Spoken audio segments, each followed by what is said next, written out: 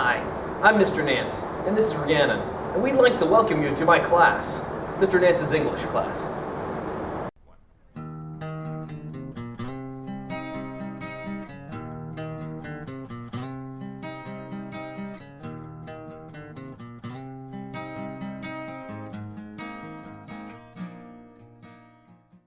In this class, we like to go up on Bloom's Taxonomy, higher order thinking skills.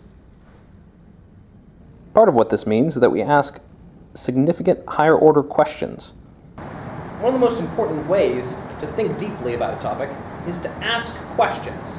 Lots and lots of questions. Why does this happen? Why do I see the same image 2 or 3 times in a row? Isn't that similar to this other thing that I saw a little while ago? This asking questions is called inquisitiveness.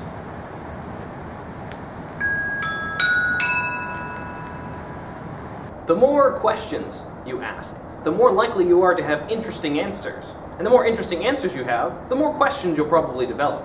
This cycle is a really good way of digging deeper and finding out more. In fact, in my classroom, there are only about 2 responses that I don't like, as long as they pertain somehow to the topic at hand. Those are, I don't know, and I have no idea. When you say I have no idea, that implies that there is absolutely nothing in your brain. But on the other hand, there's probably a lot of things going on in your brain. Even if you don't understand the entire concept, or you don't know the answer you think I'm looking for, whatever that answer may be, you probably have lots of associations. You may be thinking about what 1 or 2 words in the question mean. You may be thinking about how they've connected to ideas that you have in your own life. As long as you can make some sort of connection and make some sort of effort towards understanding, that's all I'm really looking for, almost all the time. Usually, I have no idea the answer myself, but I do have lots of ideas. Part of the problem is that we think we have to have a right answer, or that the teacher is looking for a specific response to a piece of literature.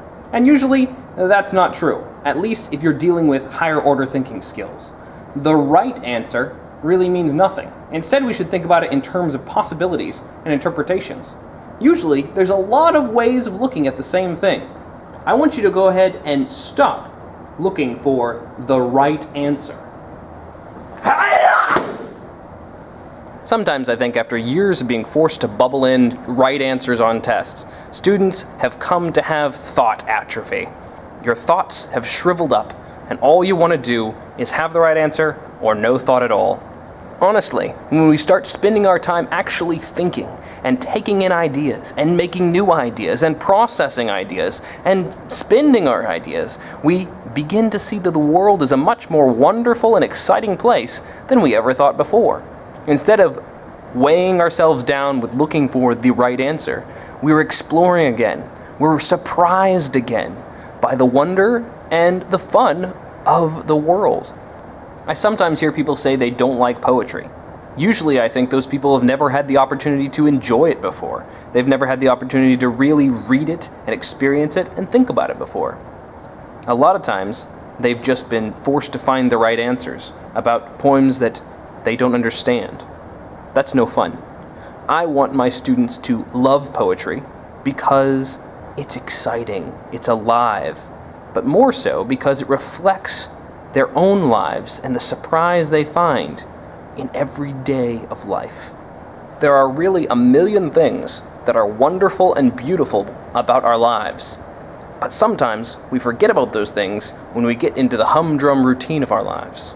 Maybe we spend too much time trying to get from one activity to the next, from one object to the next, from one right answer to the next, that we forget about those things. It's when we question, it's when we open our eyes and we wonder why, and we look at things and we recognize them for what they truly are. That's what makes things exciting and what makes things beautiful or allows us to see their beauty. And that's what makes poetry. This is the sort of stuff I want to remind you of in this class. That's why I want my classroom to be a place of inquisitiveness. I want you to think deeply, draw your own conclusions, come up with your own solutions, learn to dig deeply and think richly.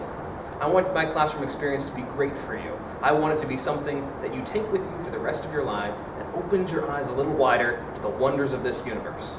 Isn't that right, Rhiannon? Hail, poetry, thou hand-born maid. And coming up with new ideas to how to about